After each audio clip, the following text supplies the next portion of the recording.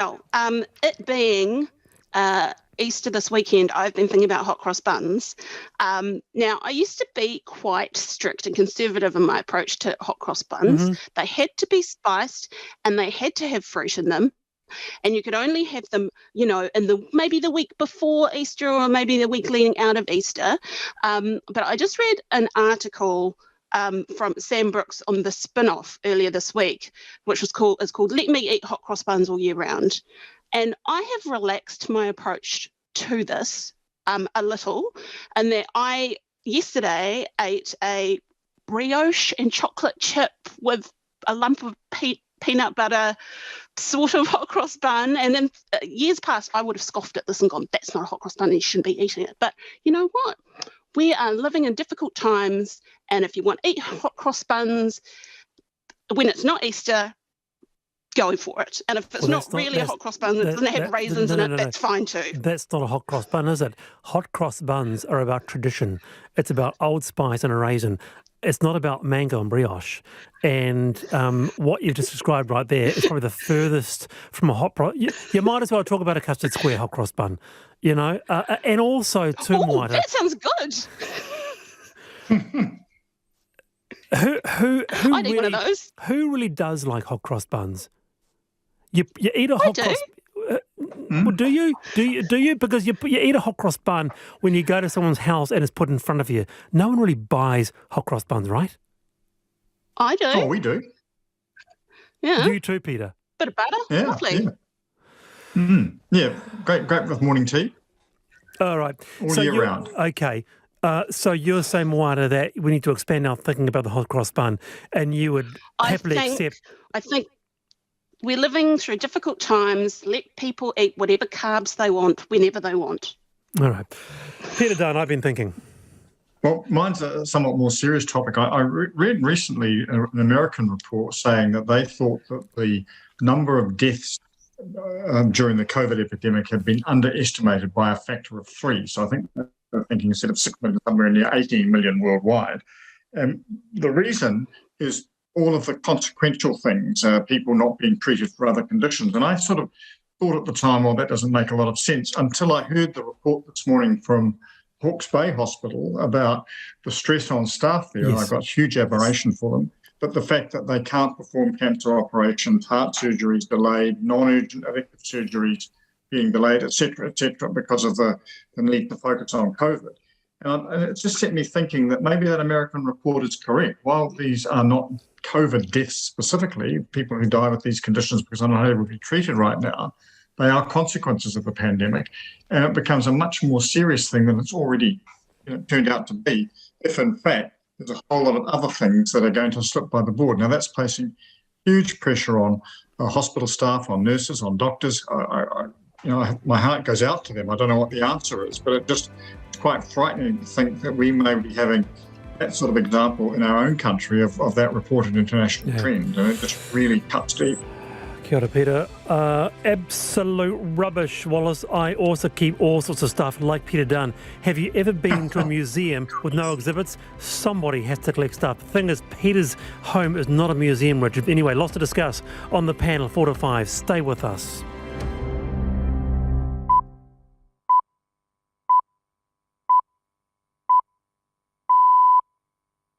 RNZ News at 4. Good afternoon, I'm Marama Tipole.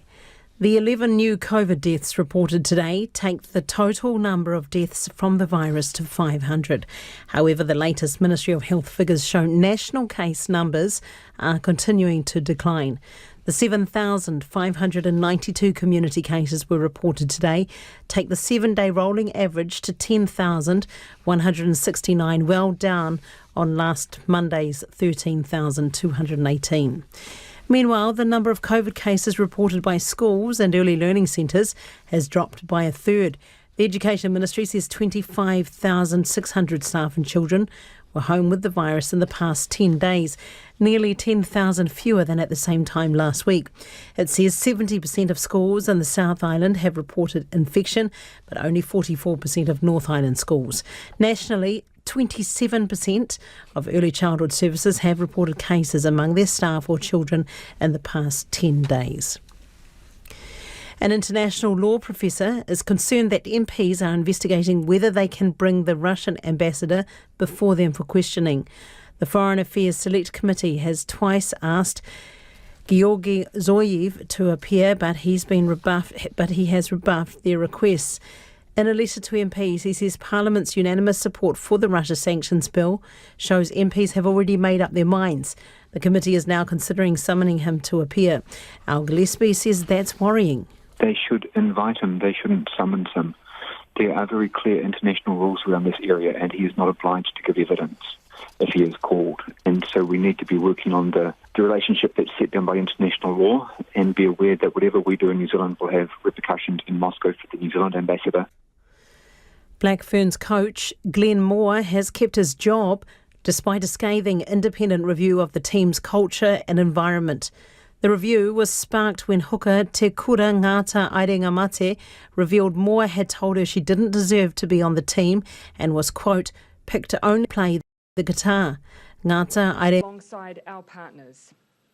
Today I'm announcing that New Zealand will deploy to Europe a New Zealand Defence Force C-130 Hercules aircraft supported by a team of 50 Defence Force personnel to assist with the transportation and distribution of donated military aid to Ukraine.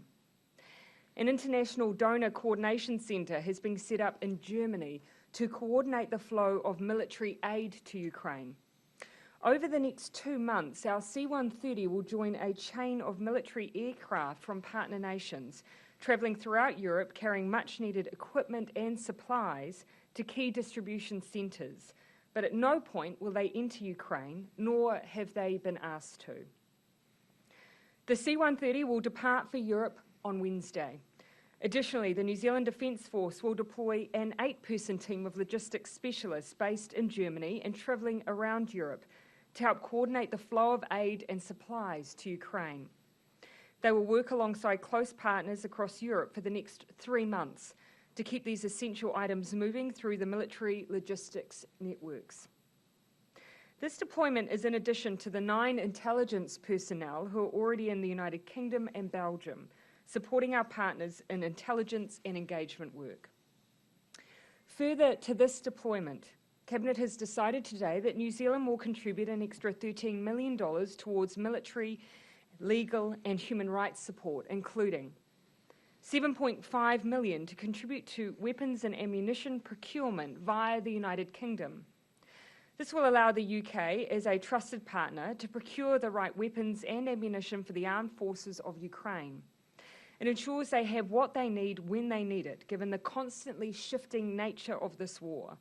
It also directly responds to a request from Ukraine for us to coordinate our support with the United Kingdom.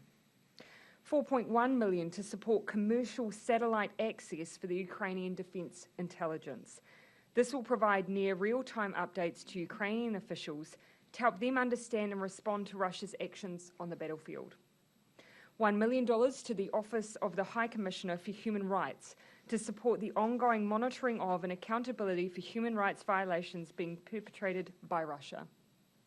$500,000 for the International Court of Justice and International Criminal Court to support the case against Russia in relation to the situation in Ukraine. This is in addition to the $315,000 we committed last month and sits alongside our call as one of 41 states that a case be heard by the International Criminal Court. This contribution is not one the government has taken lightly. Each contribution we have made to date has been based on the question, in a war that New Zealand stands so strongly against, what is the most meaningful contribution we can make?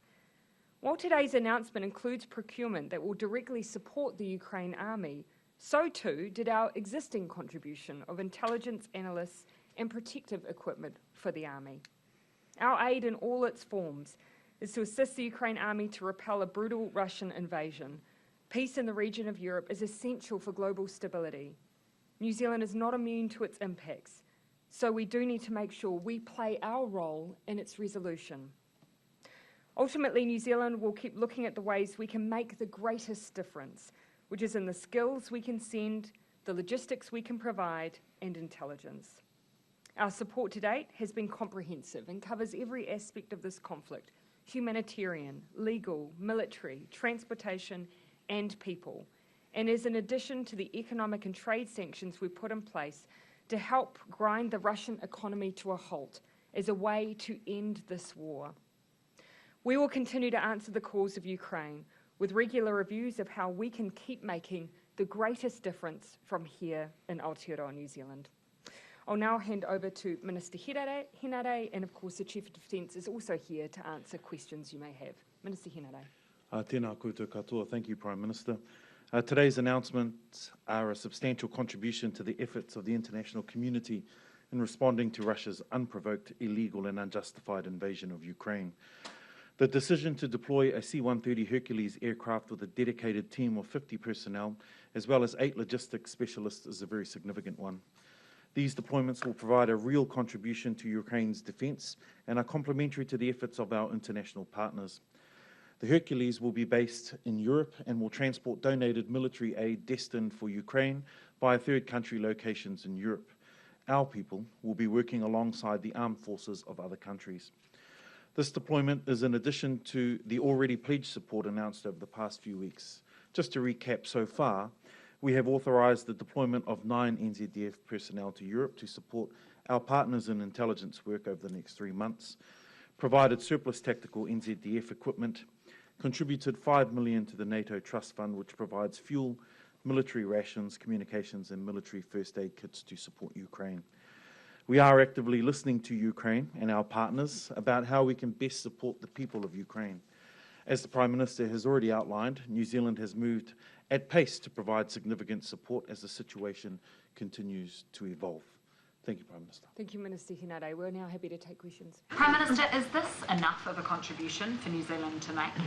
This is a significant contribution for us to make from the other side of the world, recognising that our people can make a difference.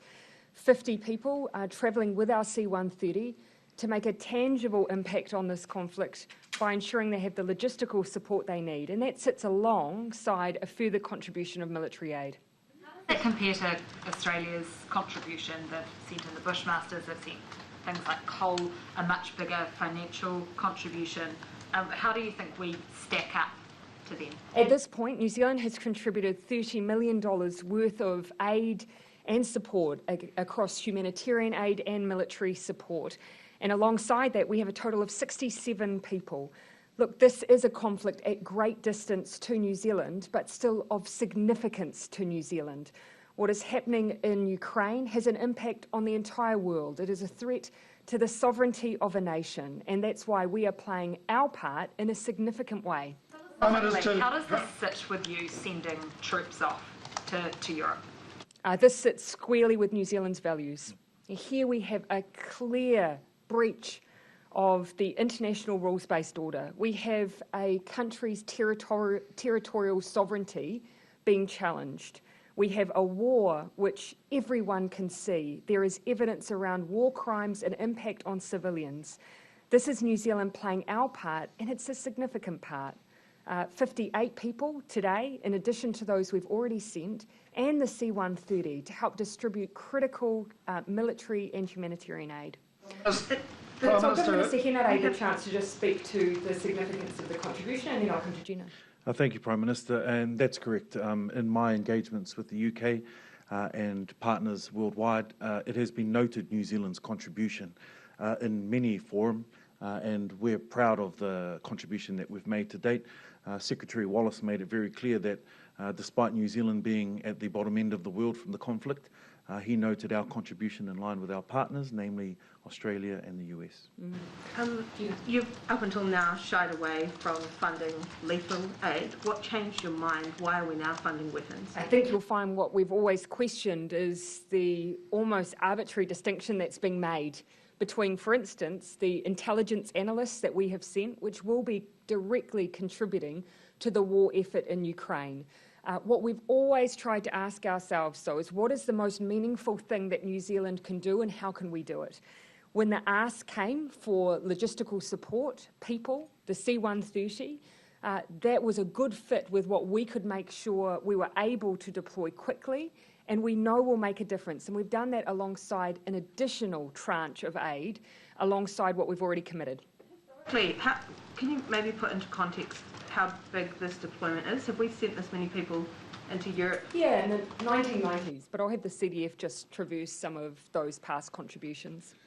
In the past, for instance, Bosnia, from 92 to about 96, we had around 250 people on the ground, plus armoured vehicles in support of peacekeeping.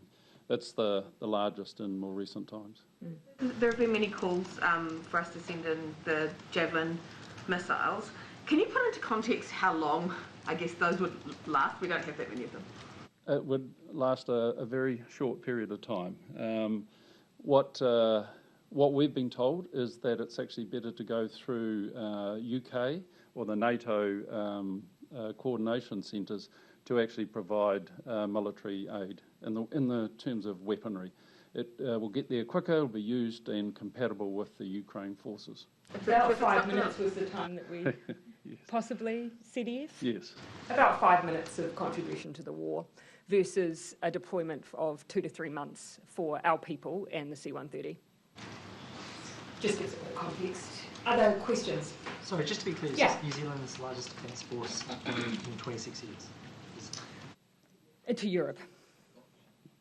Yep, CDF, that's where you... Yes, Yep. yes. Yep. Specifically talking about Europe. And then perhaps I'm not aware of the personnel contribution made by Australia, so I couldn't give you that comparison.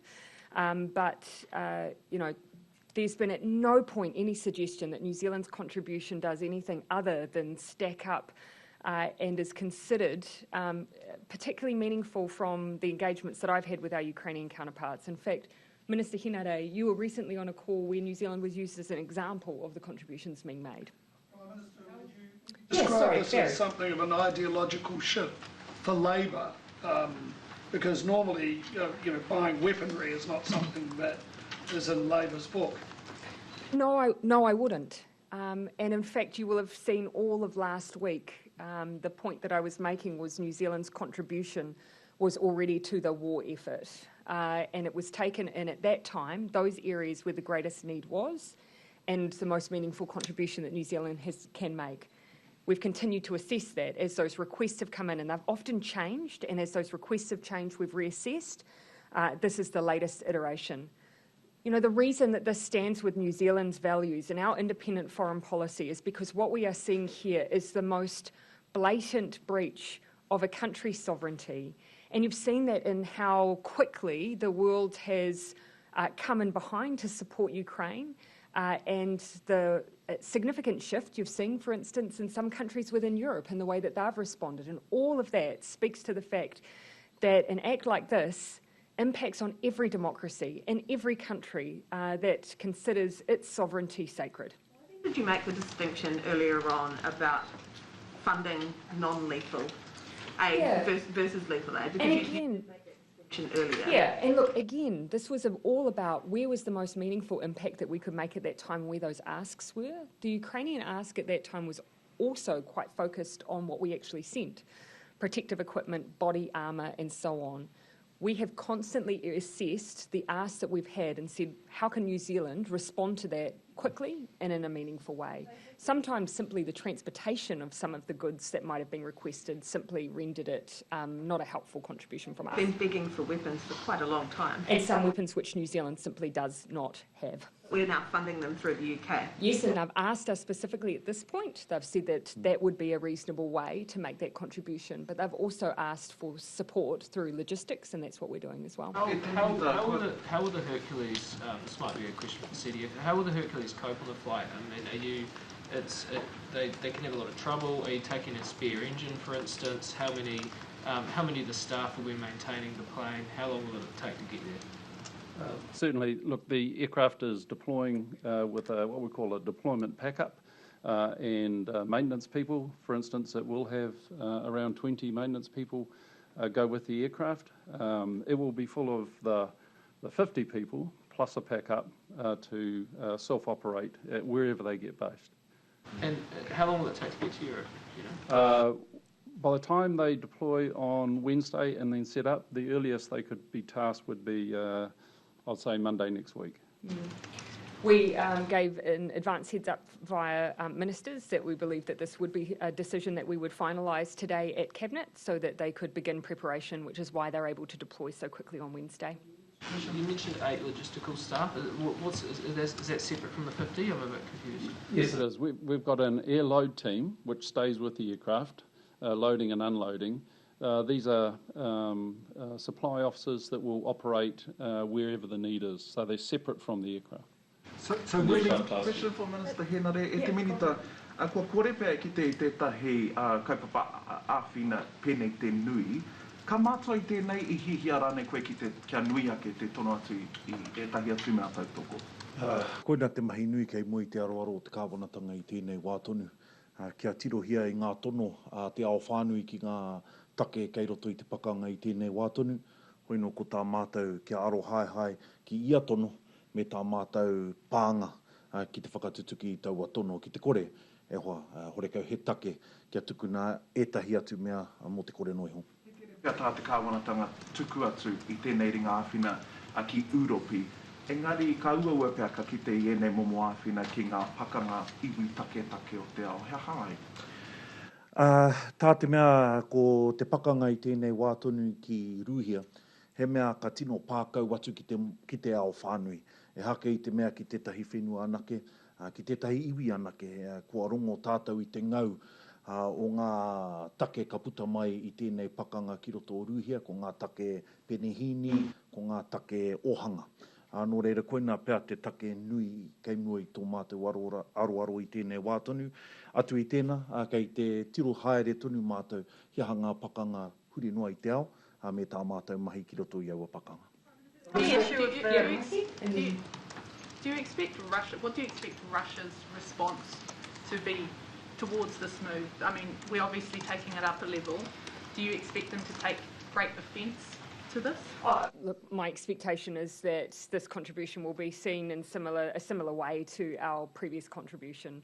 Keeping in mind this is in addition to the $11 million New Zealand has already contributed, including to the NATO Trust Fund, which is directly supporting Ukraine's military as well. So I expect that it will be seen as an ongoing contribution by New Zealand. We already have, of course, been added to the list of leaders and members of parliament and others who are subject to a travel ban, and that is broadly in line with the kind of response that we would have expected from Russia. On the issue of the Russian ambassador and the Select Committee investigating if it can summons him for questioning, does the Select Committee risk overstepping in terms of New Zealand's relationship with the ambassador? Well, obviously, MFAT and the government has suspended already some of those diplomatic consultations as part of our response. So, and the ambassador has been asked to come in by MFAT on several occasions. So obviously New Zealand's position is very clear with the ambassador. When it comes to the decision by the Foreign Affairs Select Committee, obviously that is something that is still live for the committee. I imagine that they will be seeking legal advice over the legality of bringing in someone who essentially has diplomatic immunity. So my intent is simply to let the committee go through its own processes. The most important point probably for me to make is, this is not the thing that is going to make the most tangible difference to those who are subject to this war, and that is the focus that we have as a government. Are you comfortable with the Select Committee investigating it as an option, considering it could be in breach of the... Again, I trust that they'll hear the legal advice and respond to that accordingly. I understand that that's a process they're still underway with. But again, in terms of what's going to make a difference to the people of Ukraine, it is much less likely to be those engagements with diplomats and more likely to be economic sanctions, the pressure on the Russian economy and the contribution to the war effort. Prime Minister, what do you say to, we know that people from some foreign countries have joined the Ukrainian fight. What do you say to New Zealanders who might feel strongly about this and want to join the Ukrainians and fight for them? Again, feel confident that on your behalf the government is making a significant and meaningful contribution, that we are sending our best people to support the efforts, and that we still continue to have a do not travel warning. Our focus is on getting and supporting the family members of those Ukrainian who are here to come here to be safe rather than sending people in. New Zealand citizen did happen to go to Ukraine and participate in this war, they would not be prosecuted by New Zealand authorities? No, it is a travel advisory, and again though, we cannot provide consular support in a war zone. And that's one of the reasons we give that advice so strongly, that should anything happen to a New Zealand citizen, our preference is always to be able to support them, but this is not an environment where we can do that. I'll come to Justin, then I'll come back over to you. Did Cabinet consider sending LAVs, and is that an option? Yeah, I'll leave to the LAVs, I'll come to the Minister. No, and due to ongoing discussions relevant to the LAVs, I won't divulge too much more information on that, but I will say, however, in consideration, we looked at how tenable it was to send LAVs, and I have it on the advice of CDF and the Defence Force that simply transporting, training, managing, repairing and servicing LAVs in theatre is exceptionally hard and exceptionally expensive. So I think the decision that was made today to directly fund our efforts through UK and NATO is the best way forward. Yeah, and this is where just because you have something doesn't actually mean it's the best contribution that you can make. I know the CF was talking a little bit about the interoperability issues with the LAV relative to what Ukraine has been asking for.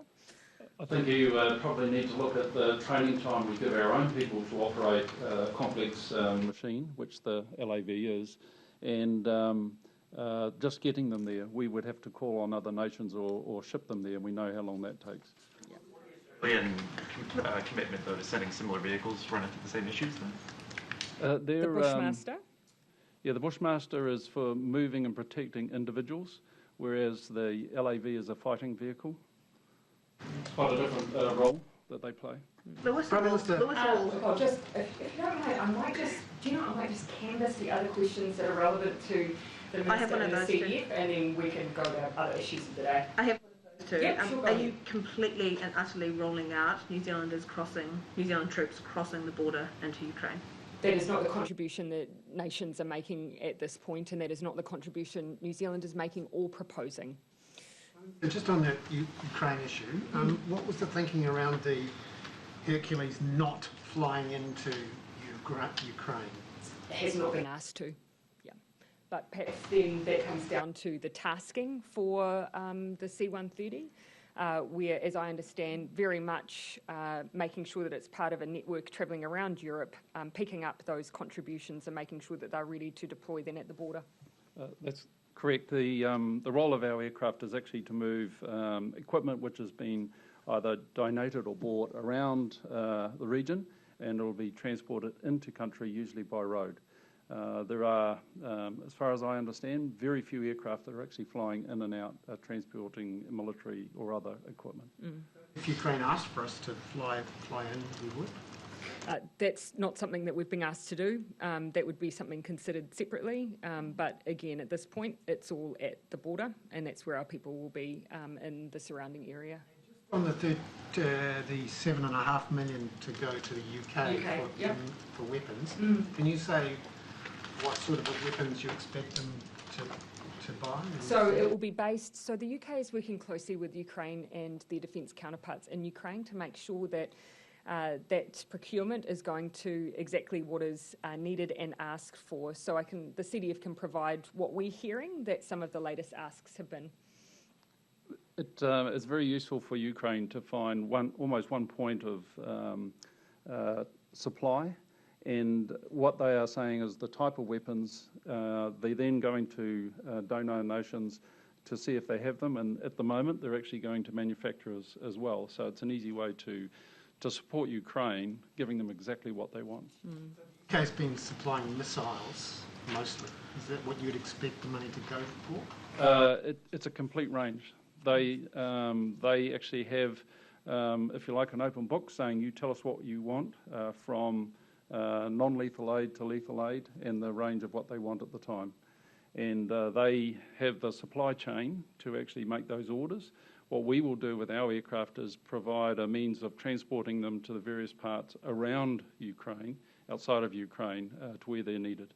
But you haven't prescribed, it can't be lethal? No, we've given no set prescription.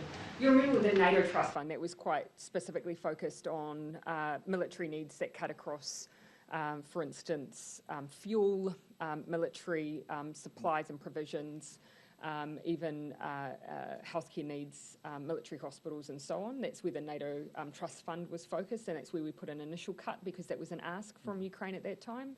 The UK, over this period of time, has been working even more closely, and we've seen that they've become a very direct liaison with Ukraine, and so that's an obvious place for us to then look to expand our support. Minister, how is the defence of Ukraine actually going, according to your intelligence? Definitely a question for these two between them. I think, as you can see in open sources, that Ukraine has defended their country very well. They've been able to do that with the supply of both ammunition and systems, and also intelligence to allow them to actually operate effectively. They have the morale, they have the will, and they're fighting for their country. And we're seeing Russia having to change its tactics and reconstitute to actually stay within the fight. Minister, how much of this role of the UK being a liaison is a result of Prime Minister Johnson's recent visit, and will you visit Kiev, if so, when? Not at any time in the near future. Again, you know, this very much for us is about making sure that we have the intelligence and information we need to provide a useful contribution on New Zealand's behalf.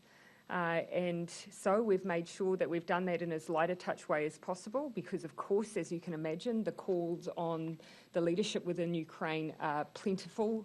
And this is an extraordinary time where they'll need to, of course, be utterly focused on their people and the conflict. So this is a way that we can make sure that we have that real-time understanding. We have close proximity to what Ukraine needs, but we're doing it via a trusted partner who is very closely engaged. Again, Minister, you might wish to comment on some of the discussions you've had with your UK counterpart. Correct. The UK Secretary Wallace has been very clear with us about our contribution and how well received it is in the first instance. But secondly, also how interoperable our Defence Force personnel are in their systems, which is why I think the current decision to send up the personnel that we've described today will be fitting in the leadership that the UK is providing. And I want to be clear, the UK have provided this leadership from the outset. And I've, like I said, spoken with Secretary Wallace and a number of others to make sure that we're in step. Everyone wants this war to be over, and the conversation I had with the Prime Minister of Ukraine was the chance for us to visit one another's respective countries when that time came. Prime Minister, is that everything on Ukraine? Yep. Okay. Thank you both. Prime Minister, Jenny, can I ask you about... Sorry, I did delay one of Jenny's questions, and then I'll come straight to you, Bruno. Lewis Wall says some of the atrocities in Ukraine are occurring in China. Do you agree? Look, the situation that we have in Ukraine right now is an immediate invasion of a sovereign territory. So the whole world can see the situation that Ukraine is in right now is unique, which is why the global response is unique. We've been told that Lewis is rude, abusive, and not a team player. Is that why you wanted her out? I've focused in all of my discussions in this period post-Louisa announcing her resignation on the contribution that she has made, which has been significant. And I continue alongside all of my colleagues to wish her well in what I know will be an ongoing contribution to equality and human rights in our region. Prime Minister, if she has made such a significant contribution, why did you tell her that there's no place in your cabinet for her? Of course, from time to time, as you'd expect, from any number of my colleagues, I'll be asked on feedback as members of our team and about future prospects. And whenever that occurs, I'll always sit down, respond and give time to one of our team members. But what I won't then do is reflect in a public capacity what that conversation entailed. And I think you can understand why I would offer that privacy to all of my colleagues. Also, as I said this morning, we have a significant number of exceptionally talented individuals in our caucus. only a few are able to be a member of Cabinet. And there will obviously from time to time be those who may be disappointed. That doesn't lessen the contribution Larissa made. Has the government just given her a plum job to help her out the door? Oh, you can see from the list of achievements that Larissa has that she does have a particular focus in these areas in an area of expertise. She has achieved much in her time in office, and that's been well canvassed.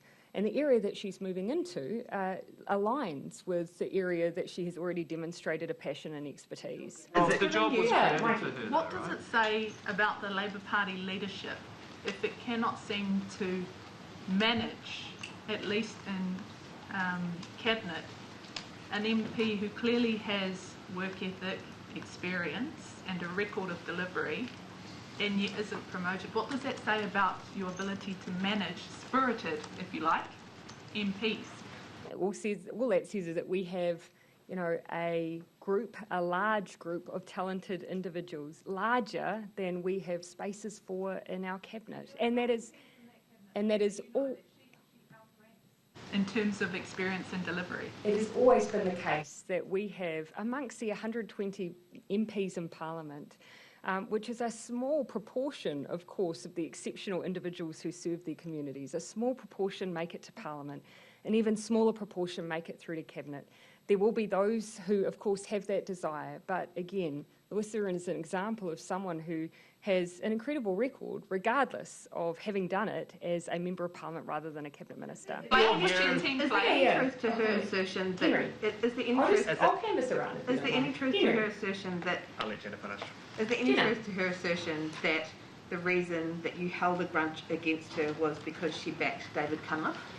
Absolutely not, because of course you'll see by the fact that our current Cabinet is made up of a range of caucus members who have been supporters of different leaders, and that has never ever weighed into any of my decision making. But again, actually I would rather focus on what Larissa achieved while we're here rather than getting into some of those things I consider consigned to the history books. So is it your view that Larissa had lost the support of her LEC in Manurewa?